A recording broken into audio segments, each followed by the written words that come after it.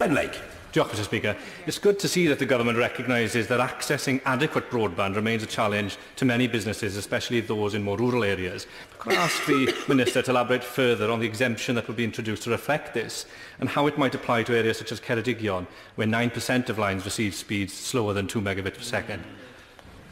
Well, Mr Speaker, certainly the standard speed of 2 megabits per second, or 2 meg,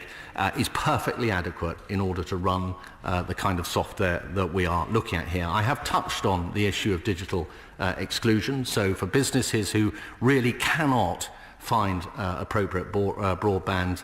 speeds, or indeed are extremely isolated, or indeed are already exempt as one of the 5,000 businesses and individuals who are not required to submit digital VAT